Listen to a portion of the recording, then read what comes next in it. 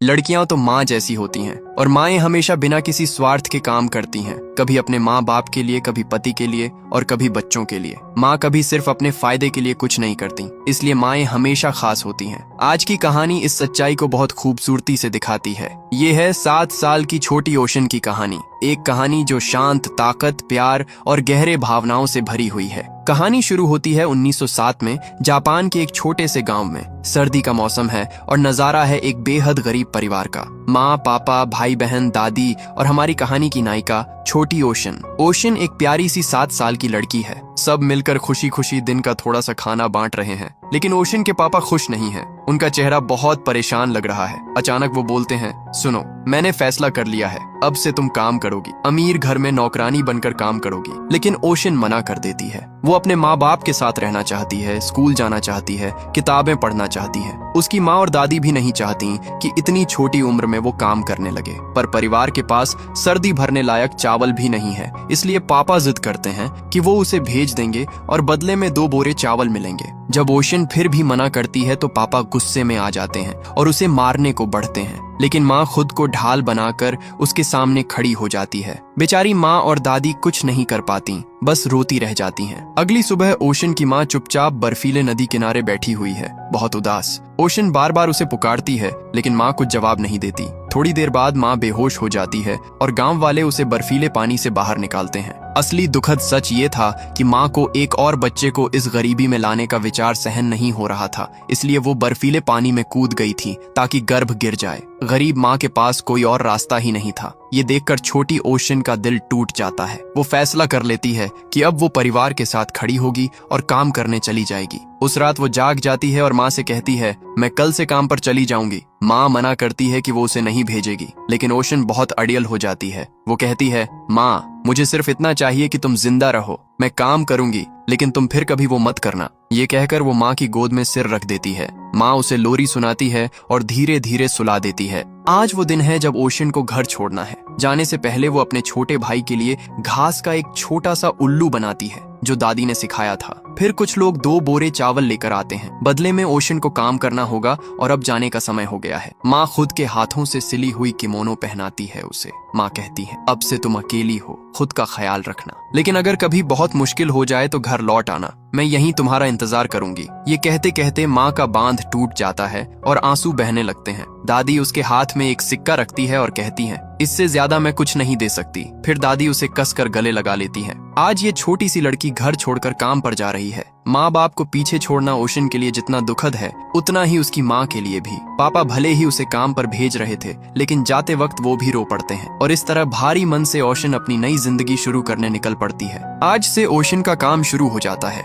सुबह सुबह वो उठकर कुएं से पानी खींचती है, फिर उसे चूल्हा जलाने को कहा जाता है। वो जलाती है और खाना बनाने में मदद करती है। जब खाना तैयार हो जाता है तो नौकर चाकर सब खाने बैठते हैं। ओशन को बहुत भूख लगी है। इतना स्वादिष्ट खाना देखकर वो बहुत खुश होती है, लेकिन उसे पता नहीं था कि उसे खाने नहीं दिया जाएगा। घर की मालकिन उसे बाहर घसीट कर ले जाती है और कमरे से निकाल देती है। जब ओशन महंगे मद पर ठीक से पैर नहीं रख पाती तो उसे पीटा जाता है। फिर उसे पूरा घर साफ करने को कह दिया जाता है। पेट खाली होने के बावजूद ओशन सब काम कर देती है। बाद में आखिरकार उसे खाने को कहा जाता है। वो खुशी खुशी रसोई में जाती है तो देखती है कि बर्तन में चावल ही नहीं बचा। जब वो मालकिन से कहती है तो वो बर्तन के किनारे लगे कुछ दाने दिखाकर कहती है, ये खा ले। दुख को मन में दबाकर ओशन उन दानों को बड़े चाव से खा लेती है। ओशन पढ़ना बहुत चाहती है। एक दिन जब वो घर के बच्चे को पीठ पर लेकर घूम रही होती है तो कुछ बच्चे किताबें पढ़ते दिख जाते हैं। ये नजारा देखकर उसका मन खुश हो जाता है। बिना सोचे वो उन बच्चों के साथ स्कूल की तरफ चल पड़ती है, लेकिन जल्दी ही मालकिन उसे वापस बुला लेती है। वो लौटकर बच्चे को माँ के हवाले कर देती है।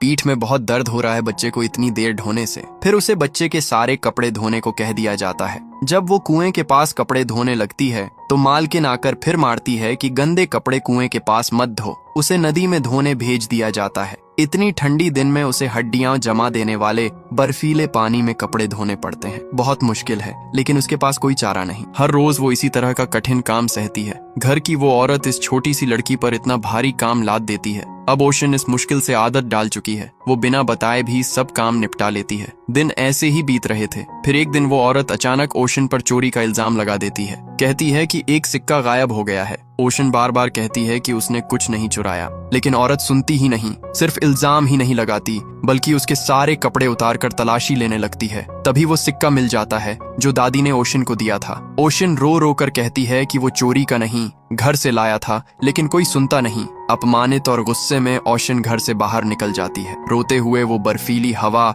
और भारी बर्फबारी में बिना रास्ते के चलती रहती है। आखिरकार वो बर्फ पर बेहोश गिर जाती है। तभी जंगल में एक शिकारी लड़का उसे ढूंढ लेता है। जब ओशन होश में आती है तो देखती है कि वो लड़का उसके पास बैठा हारमोनिका बजा रहा है। उसका नाम साको है। साको प्यार से कहता है, चिंता मत कर, सब ठीक हो जाएगा। वो उसे गर्म सूप देता है। थोड़ी देर बाद मत्सुजो आता है और साको के साथ सब समझाता है कि साको ने कल उसे बर्फ में पड़ा देखा, घर ले आया और पूरी रात जागकर उसकी देखभाल की। ओशन के मन में कृतज्ञता भर जाती है। वो साको के प्रति बहुत सम्मान और शुक्रिया महसूस करती है। इधर जिस घर में ओशन काम करती थी वहां पता चलता है कि असल में सिक्का घर की मालकिन के बेटे ने ही चुराकर दुकान पर खर्च कर दिया था। ओशन ने कुछ नहीं चुराया था। ये जानने के बाद भी औरत को कोई पछतावा नहीं होता, कोई शर्म नहीं आती। अगली सुबह मत्सुजो ओशन को उसके घर छोड़ने की बात करता है, लेकिन ओशन नहीं जाना चाहती। उसके पास लौटने लायक कोई जगह नहीं है। मत्सुजो पहले मना करता है, लेकिन साको कहता है कि वो रह सकती है। असल में साको खुद छिपा हुआ है। वो युद्ध से भागा हुआ सैनिक है और मत्सुजो उसे छुपा रहा है। एक बच्ची को रखना उनके लिए खतरा है, लेकिन साको उसे लौटाने को राजी नहीं होता। ओशन उसे बहुत धन्यवाद देती है कि उसे रहने दिया। वो बताती है कि उसे चोरी का झूठा इल्जाम लगाया गया था। तभी साको पूछता है, तुझे पता है तेरा नाम क्या मतलब रखता है? ओशन यानी विश्वास और सच्चाई। तेरा नाम बहुत सुंदर है और जैसे तेरा नाम है वैसे ही तुझे सुंदर और सार्थक जिंदगी जीनी चाहिए। तब से ओशन साको के साथ ही रहने लगी। एक दिन साको अचानक बहुत बीमार पड़ जाता है। ओशन समझ नहीं पाती कि क्या हुआ है। मत्सुजो बताता है, साको पुराना सैनिक है, युद्ध में गया था और एक गोली अभी भी उसके शरीर में है। चारों तरफ मौत देखकर वो बहुत सदमे में आ गया था और मैदान से भाग गया। उस रात ओशन बहुत प्यार से उसकी देखभाल करती है। ठंडे कपड़े से उसके माथे पर पानी डालती है। ओशन और साको के बीच गहरा प्यार का रिश्ता बन जाता है। एक दिन वो साको को किताब पढ़ते देखती है। वो कहती है कि उसे स्कूल जाने की कितनी इच्छा है। ये सुनकर साको उसे पढ़ाना शुरू कर देता है। वो उसे अक्षर सिखाता है, पढ़ना लिखना सिखाता है। एक दिन जब वो साथ में युद्ध की कविता पढ़ रहे होते हैं तो ओशन पूछती है, तुम युद्ध में गोली खा चुके हो, तुम्हें गर्व होना चाहिए ना? साको प्यार से समझाता है कि युद्ध जीतने के लिए बहुत सारी जानें लेनी पड़ती हैं। युद्ध कभी अच्छा रास्ता नहीं हो सकता। इस तरह साको ओशन को जिंदगी की गहरी सच्चाइयां समझाता है। अब ओशन साको के साथ बहुत खुश है। दो अनजान लोगों के साथ भी उसे इतनी गर्माहट कभी नहीं मिली थी। सारा सर्दी का मौसम इसी गर्माहट और खुशी में बीत जाता है। लेकिन अब ओशन को घर लौटने का समय आ गया है। वो नहीं जाना चाहती। यहाँ उसे बहुत अच्छा लग रहा है, फिर भी क्यों जाए? लेकिन साको उसे रख नहीं सकता। उसके आगे पूरी जिंदगी पड़ी है और उसे अच्छी तरह जीनी चाहिए। वो इस छोटी सी लड़की की जिंदगी जंगलों में बर्बाद नहीं होने दे सकता। साको उसे अपनी हारमोनिका देता है और कहता है, इसे हमेशा अपने पास रखना और अच्छी जिंदगी जीना। फिर वो उसे पीठ पर बिठाकर घर की तरफ रवाना हो जाता है। जैसे ही गांव के पास पहुंचते हैं और अलविदा कहने वाले होते हैं, तभी सैनिकों का एक दल आ जाता है। वो साको को युद्ध से भागे हुए सैनिक के तौर पर पहचान लेते हैं और उसे गिरफ्तार करने लगते हैं, ओशन को भी। लेकिन साको ओशन को गिरफ्तार नहीं होने देता। वो कहता है, अच्छी जिंदगी जीना। फिर भागने की कोशिश में सैनिक उसे गोली मार देते हैं और बस साको मर जाता है, उसी लोगों की गोली से जिनकी सेवा वो करता था। दुख और दर्द भरे दिल से ओशन घर लौट जाती है। उसकी माँ उसे कई दिनों बाद देखकर बहुत खुश हो जाती है, लेकिन पापा उसे देखते ही मारने लगते हैं क्योंकि उसके चोरी के इल्जाम की वजह से पूरा परिवार अपमानित हुआ था। उन्होंने वो बोरा चावल भी वापस कर दिया था। माँ उसे अंदर ले जाना चाहती है, लेकिन पापा घर में घुसने नहीं देते। ओशन पूरी ठंडी रात बाहर ही सोती रहती है। अगली सुबह एक औरत ओशन की छोटी बहन को लेने आती है। उसे दूसरे परिवार में गोद लेना है। ओशन बहन को जाने नहीं देना चाहती, लेकिन औरत प्यार से समझाती है कि वहाँ बहन अच्छी जिंदगी पाएगी। यहाँ तो 2 वक्त की रोटी भी मुश्किल है। ओशन भारी मन से बाहर बैठी रहती है, कुछ नहीं कर सकती। अगले दिन वो फिर नई जगह काम ढूंढने निकलती है, लेकिन वहाँ पहुंचकर पता चलता है कि उन्हें किसी की जरूरत नहीं। घर की मालकिन रूनी भी कहती है कि उन्हें किसी नौकरानी की जरूरत नहीं। ये कहकर अंदर चली जाती है, लेकिन ओशन बिना काम के घर नहीं लौटना चाहती, इसलिए रात हो जाने पर भी वो घर के सामने बैठी रहती है। आधी रात को घर की बहू मिनो बाहर आती है और कहती है कि शायद किसी ने उसे गलत जानकारी दे दी, यहाँ किसी की जरूरत नहीं। मिनो उसे कुछ पैसे देती है और कहती है कि सराय में रात गुजारकर गांव लौट जाए, लेकिन ओशन पैसे नहीं लेता लेती। वो कहती है कि बिना काम किए वो नहीं जाएगी। उसके परिवार को 2 साल के काम के बदले 5 बोरे चावल का वादा किया गया था। वो चावल परिवार को बहुत जरूरत है, वो भूखों मर रहे हैं। वो कहती है कि वो हर तरह का काम कर सकती है और उनसे एक मौका मांगती है। रूनी सब सुन लेती है और फैसला करती है कि ओशन को घर में रहने दें। ओशन बहुत खुश हो जाती है और उन्हें दिल से धन्यवाद देती है। अगली सुबह वो बहुत जल्दी उठकर रसोई में काम शुरू कर देती है। वो चावल पकाना चाहती है लेकिन नौकरानी कहती है कि मत करो। ओशन छोटी लड़की है, फिर भी ओशन खुद चावल पका देती है। फिर और काम करना चाहती है, कपड़े धोना चाहती है, लेकिन फिर नौकरानी मना करती है। पिछले घर में तो वो सब करती थी, यहाँ उसे कुछ करने की जरूरत ही नहीं। और अजीब बात ये कि काम न करने की वजह से ओशन को उदास लगता है। फिर ओशन मिनो के छोटे बेटे को घुमाने ले जाने लगती है। एक दिन उसे अपनी उम्र की एक लड़की को दिखाई देती है, नाम है को असल में इसी घर की बेटी है, मिनो की बेटी। घर की नौकरानी उसे स्कूल छोड़ने जाती है। ओशन पूछती है, तुम अकेले स्कूल नहीं जा सकती? कोको ये बात बिल्कुल पसंद नहीं आती। वो बिना कुछ बोले चली जाती है। बाद में ओशन कोको की एक किताब टेबल पर पड़ी दिखती है। ओशन को किताबें पढ़ना बहुत अच्छा लगता है। वो किताब उठाकर पढ़ने लगती है।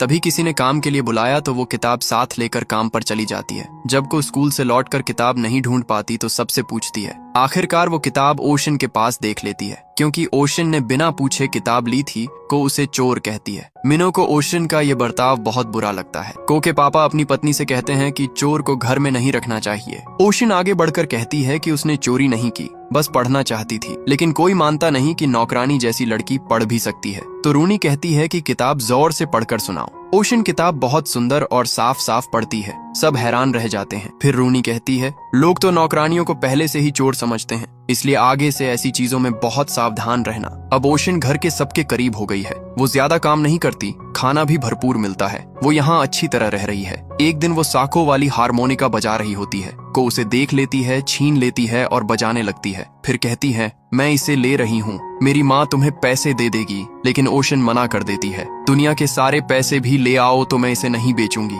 ये साको का तोहफा है, उसकी आखिरी याद है। को गुस्सा हो जाती है, ओशन को धक्का देती है और हारमोनिका को तोड़ने के लिए लात मारने लगती है। घबराकर ओशन उसे धक्का दे देती है और हारमोनिका उठा लेती है, लेकिन को गिर जाती है और बेहोश हो जाती है। अब ओशन बहुत बड़ी मुसीबत में पड़ जाती है। को के पापा को पता चलता है। न सिर्फ ओशन ने उनकी बेटी को धक्का देकर बेहोश किया, बल्कि वो पहले घर से भी भागी थी और एक देशद्रोही सैनिक के साथ देखी गई थी। वो अपनी माँ से कहते हैं कि ओशन को घर से निकाल दो। ओशन कहती है, हाँ मैंने गलती की, को धक्का दिया, लेकिन साको का अपमान मत कीजिए। वो बहुत अच्छा इंसान था, उसने मुझे छुपाया, पढ़ाया। वो युद्ध से भागा क्योंकि युद्ध में लोगों को मारना पड़ता है, युद्ध कोई जवाब नहीं है। रूनी ओशन से कहती है, को ठीक हो जाएगी, लेकिन इतनी बड़ी समस्या हो गई है कि अब किसी का भी तुमसे अच्छा रिश्ता नहीं रह पाएगा, तुम इस घर में नहीं रह सकती। इसलिए रूनी दूसरा घर ढूंढने लगती है ओशन के लिए। दूसरी तरफ को होश में आ जाती है। नौकरानी उसे घास का उल्लू देती है जो ओशन ने बनाया था। उसे पता चलता है कि ओशन घर छोड़ रही है।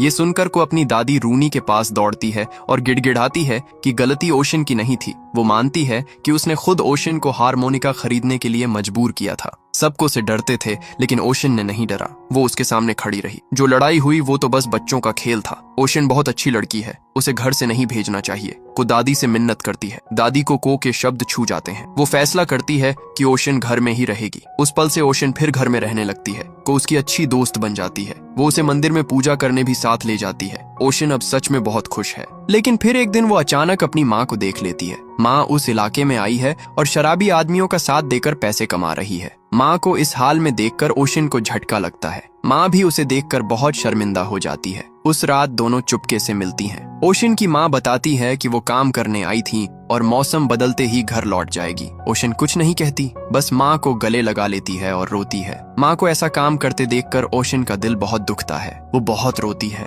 रूनी ये सब देख लेती है और ओशन की माँ का सच समझ जाती है। फिर भी वो कुछ नहीं कहती, बल्कि ओशन को समझाती है ये औरतों की महानता है। वो कभी अपने लिए नहीं काम करती, माँ बाप के लिए, पति के लिए, बच्चों के लिए काम करती हैं। खुद के बारे में सोचने की फुर्सत ही नहीं मिलती। तुम्हारी माँ परिवार के लिए ये सब कर रही है। भले ही इस काम में उसे दर्द हो, वो सह लेती है। कभी उसे मत दोष देना, कभी नफरत मत करना, अपनी माँ से पूरे दिल से प्यार करना। ओशन फिर रोने लगती है। धीरे धीरे बसंत आ जाता है। ओशन की माँ घर लौट गई है। एक दिन काम करते हुए मिनो खबर लाती है कि ओशन की दादी बहुत बीमार है और उसे तुरंत घर जाना चाहिए। लेकिन ओशन अपना काम पूरा किए बिना नहीं जाना चाहती। वो काम करती रहती है। बाकी नौकरानियां उसे मिन्नत करती हैं कि बस करो और अभी चली जाओ, शायद दादी को जिंदा देख सको। फिर भी ओशन काम करती रहती है। इधर दादी मरने की बिस्तर पर है। भले ही वो अपनी प्यारी पोती को आखिरी बार न देख पाए, लेकिन ओशन ने जो चावल कमाकर भेजे थे उन्हें बड़े चाव से खाती है। तभी को आती है और ओशन को अपनी एक किमोनो दे देती है। कहती है इसे पहनकर अभी दादी के पास चली जा। ओशन अब और इंतजार नहीं करती।